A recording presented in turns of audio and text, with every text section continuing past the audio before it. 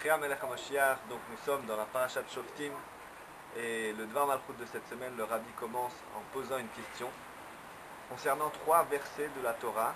Donc un verset de la Parashat de la semaine, donc Shoftim Veshotrim Titen Lecha Bechol Sharecha, tu placeras des juges et des agents devant, aux portes de ta ville.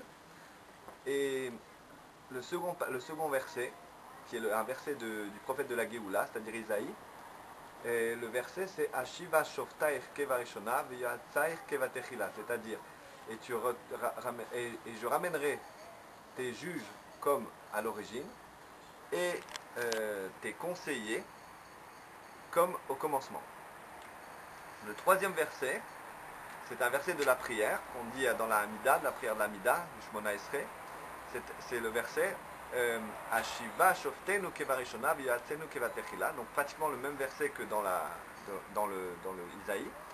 Je ramènerai nos juges et nos conseillers, donc comme à l'origine et comme au commencement.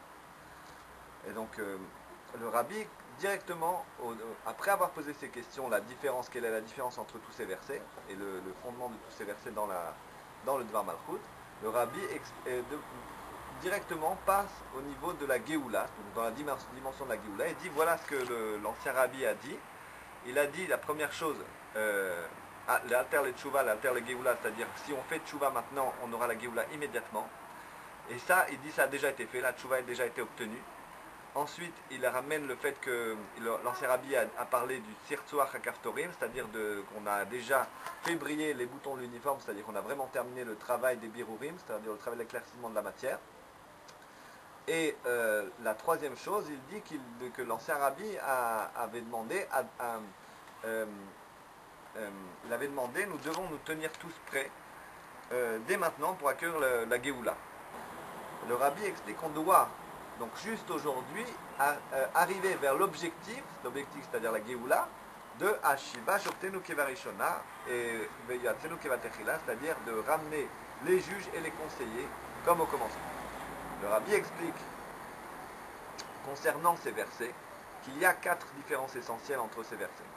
Premièrement, dans le premier verset de la paracha, il y a des juges et des agents de police, c'est-à-dire des agents de l'ordre. Et dans les deux versets qui suivent, c'est-à-dire le verset de Isaïe et le verset de la prière, de la Hamida, il n'est pas mentionné du tout les agents là-bas. Il est mentionné, donc, par contre, des conseillers qui ne sont pas mentionnés dans la première chose. Donc ça, pourquoi il y a ces différences-là? Pourquoi c'est Ashiva Shoftaich? Pourquoi c'est marqué à la deuxième personne du singulier, c'est-à-dire tes conseillers, tes juges et tes conseillers, bien qu'on a parlé dans tes portes dans le premier verset. Ensuite, pourquoi c'est marqué Keva Rishona et Keva Techila, les deux mots qui signifient à l'origine, au commencement. Et pourquoi on parle de juge et de conseiller, quelle différence entre un juge et un conseiller? Le Rabbi explique que le juge, en lui-même, son élévation par rapport à la personne qui est jugée est sans aucune commune mesure. C'est-à-dire qu'il est complètement au-dessus de la personne qui va être jugée. Puisqu'il connaît les lois, il est expert en la matière et il va pouvoir donner un jugement clair en fonction de la personne qui est jugée. Maintenant, la personne qui est jugée elle-même, on va retrouver le fait qu'il est complètement à la merci en fait, du juge qui doit donner son jugement sur cette personne-là. Puisque tout peut dépendre de ce que le juge a compris et ce qu'il va donner comme psak din.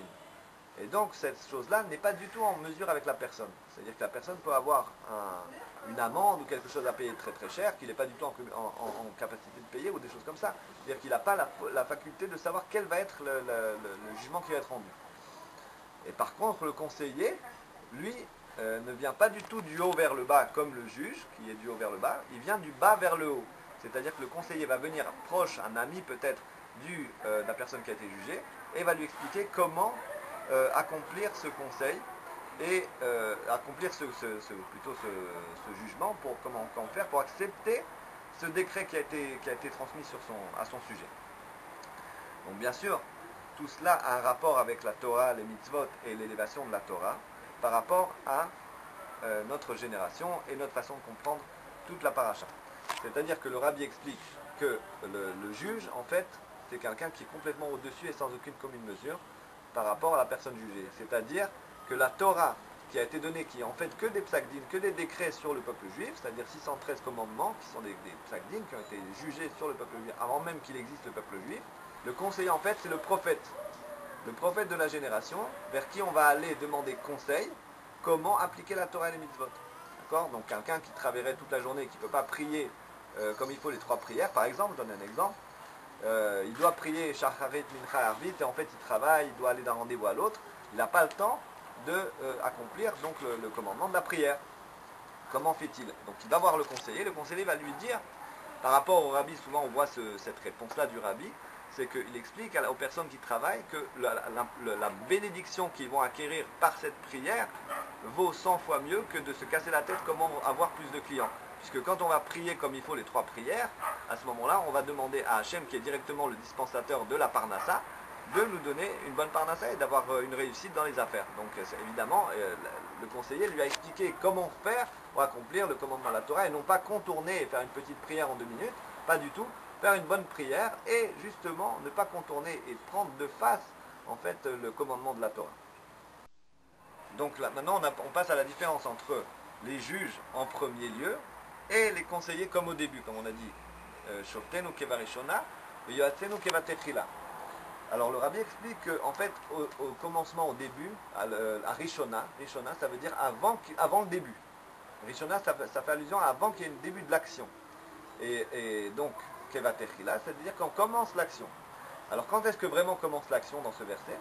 En fait, l'action commence, le jugement a été donné à Rishona, et le conseil va être donné à la personne qui a été jugée, Keva Techila, c'est-à-dire va commencer en fait l'action. À quel moment va commencer l'action de cette personne-là pour accomplir son jugement? Au moment où la personne donne le conseil. Le rabbi explique que dès que la personne reçoit le conseil, il est prêt déjà à accomplir le commandement, le psakdin, le décret. Et c'est donc à ce moment-là que commence l'action. Au moment de la Géoula, il n'y aura plus d'agents de l'ordre. Pourquoi? Parce qu'il n'y a plus d'Etzerara et Vir Ruach Tuma Minaret, il n'y aura plus l'esprit d'impureté sur terre. Donc il y aura automatiquement la volonté de chaque juge d'accomplir au maximum de la perfection les commandements de la Torah. Donc il n'y a pas besoin en fait d'un agent qui vient obliger la personne à accomplir le psakdin, le commandement, puisque de toute façon on sera tous aptes à le faire. Par contre, on aura toujours besoin de conseillers pour nous dire comment accomplir la halakha au mieux. Rabbi fait allusion au prophète de la génération qui est en fait le juge et le conseiller à la fois. C'est-à-dire demandé dans Igrot Kodesh. On parle de Igrot Kodesh en fait. On parle de Igrot Kodesh aujourd'hui. C'est-à-dire ce qu'on a comme conseiller, c'est de pouvoir faire le commandement, le psakdin de la Torah. Comment? Grâce à Igrot Kodesh. Demander au Rabbi comment je dois accomplir la Torah et la mitzvot au mieux. Donc puisque tout est relié avec la situation de la personne à ce jour. Donc la Torah étant le psakdin et le prophète étant le conseiller. Le juge et le conseiller, c'est la Torah et la prophétie. Maintenant, à qui on fait allusion? Alors le rabbi va expliquer maintenant que la prophétie est revenue déjà en Israël, puisqu'on a déjà vu des milliers, voire des millions de prophéties que le rabbi a fait en direct pendant toutes les 50 années de sa Nessiout, plus maintenant encore 20 années de la Géoula, on a 60 ans plutôt, c'est encore 10 ans de la Géoula où le rabbi répond à tout le monde par Igrot Kodesh des milliers de conseils, des millions, on peut même dire de conseils qui ont été donnés pour accomplir la Torah et la mitzvot au mieux et pour, dans tous les cas, de figure du quotidien comme le rabbi explique. Alors il explique que le Mashiach lui-même bénéficiera d'un très haut niveau de prophétie, comme le dit le Rambam, puisque là, il aura un niveau de prophétie qui est comme Moshe, et même le Tanhuma explique qu'il sera carrément au-dessus de Moshe lui-même, au niveau de la prophétie. Et que le Mashiach existe déjà, qu'il est dans la génération et qu'il prophétise déjà sur cette génération. Maintenant, le Rabbi explique et va commencer ce qu'on attend tous, déjà depuis toutes ces Dvar Malchut, on attend tous que le Rabbi nous explique qu'est-ce que c'est notre rôle et quel est son rôle dans notre génération, c'est-à-dire le rôle du prophète, du Mashiach de la génération. Et le Rabbi explique. Il existe donc, je suis obligé de reprendre et d'expliquer le texte en le lisant, puisqu'il n'y a pas d'autre façon de faire comprendre la chose de la meilleure façon possible. Il existe donc une directive claire que l'on doit diffuser largement à tous les gens de la génération. Donc on a expliqué que une directive, ça vient du juge. Donc c'est le psakdin, le décret du juge qui est qu'est-ce qu'on doit faire aujourd'hui. Donc le Rabbi explique qu'est-ce qu'on doit faire aujourd'hui.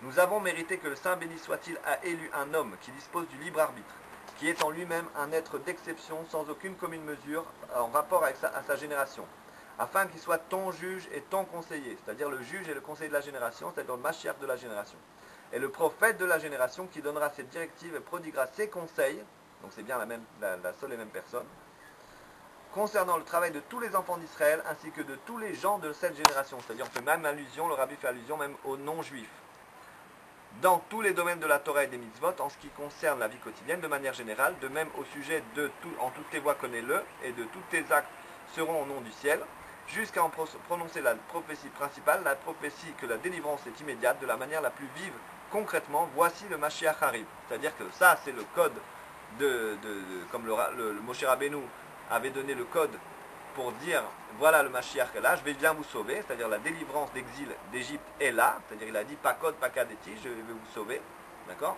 Le Rabbi explique, voici le Mashiach arrive, c'est ça le code, c'est le code d'accès à la Géoula. Donc voici le Mashiach arrive, le Rabbi annonce que le Mashiach arrive en tant que prophétie, il dit jusqu'à ce que le monde entier, le monde Olam, de la même étymologie que Elem, dans tous ses détails les plus infimes, deviendra le domaine de Dieu, et sera imprégné d'un seul point unique, qui relie l'unique du monde, c'est-à-dire Dieu avec le monde lui-même. Comment? Grâce à la pierre de soutènement du monde, c'est-à-dire le juste de la génération sur lequel tient le monde. Le Rabbi explique, Tzadik Yesod Olam, le juste, c'est lui qui tient le monde. Il y a pas si le Tzadik n'est pas dans le monde retourne à sa source, il n'y a plus de monde. Et là, on voit que le monde existe. Ils disent qu'il ressemble à l'Even Ashtia, la pierre de soutènement du monde qui se trouve dans ce monde matériel, existe toujours sans aucune altération. Le Rabbi fait allusion à lui-même, on est d'accord. Il explique que le Tzadik Yesod Olam, il parle de Even Ashtia, d'accord? La pierre de soutènement du monde. Il y a une pierre qui est dans le temple et qui soutient le monde entier. À partir de cette pierre, le monde a été créé. Et il dit, elle existe toujours sans aucune altération. Et écoutez bien, sans aucune altération due à son enterrement, comme l'arche sainte qui a été enfouie sous terre. De la même façon que le juge vit éternellement. Maintenant, le Rabbi est là clairement, dans un corps physique et matériel, et c'est obligé de le croire, parce que le monde existe tout simplement. En chaque génération, comme un signe du dévoilement divin dans le monde, de manière permanente, sur cette pierre tient le monde. Et il y a deux points à remarquer sur cette pierre. Premièrement, c'est un seul point. Et deuxièmement, elle comprend tout en lui, comme exactement le Rabbi. Il est en un seul point, et il comprend tout en lui. Donc en cette année 5770, quel est notre rôle aujourd'hui? Qu'est-ce qu'on doit faire aujourd'hui pour dévoiler le Mashiach, dévoiler la délivrance au plus vite, puisqu'on est déjà en Elul? Il nous reste à peine quelques jours pour faire venir la Géoula en 770, afin que le Rabbi soit fier de nous, qu'on a fait un effort. Donc il faut déjà se mettre sur le site, s'inscrire à la newsletter et transmettre la newsletter qui parle de toutes ces choses-là, comment faire accomplir les directives du Rabbi maintenant pour transmettre le message aux autres juifs que la Géoula arrive, que le Mashiach est là, le prophète de la génération. On doit lui demander conseil dans les grottes Kodesh le plus vite possible pour être conseillé, éclairé par la lumière du Mashiach, par la lumière de la Géoula Mitzit Vashlema, Techefumian Mamash, que le Mashiach va se dévoiler aujourd'hui même pour nous emmener au Bet Amikdash, à Shlishi, dans le Kodesh HaKodeshim, avec tous les Juifs. Yechi Adonenu Morenu Rabbeinu Melech HaMashiach L'Olam Vaed. Vive le roi Mashiach!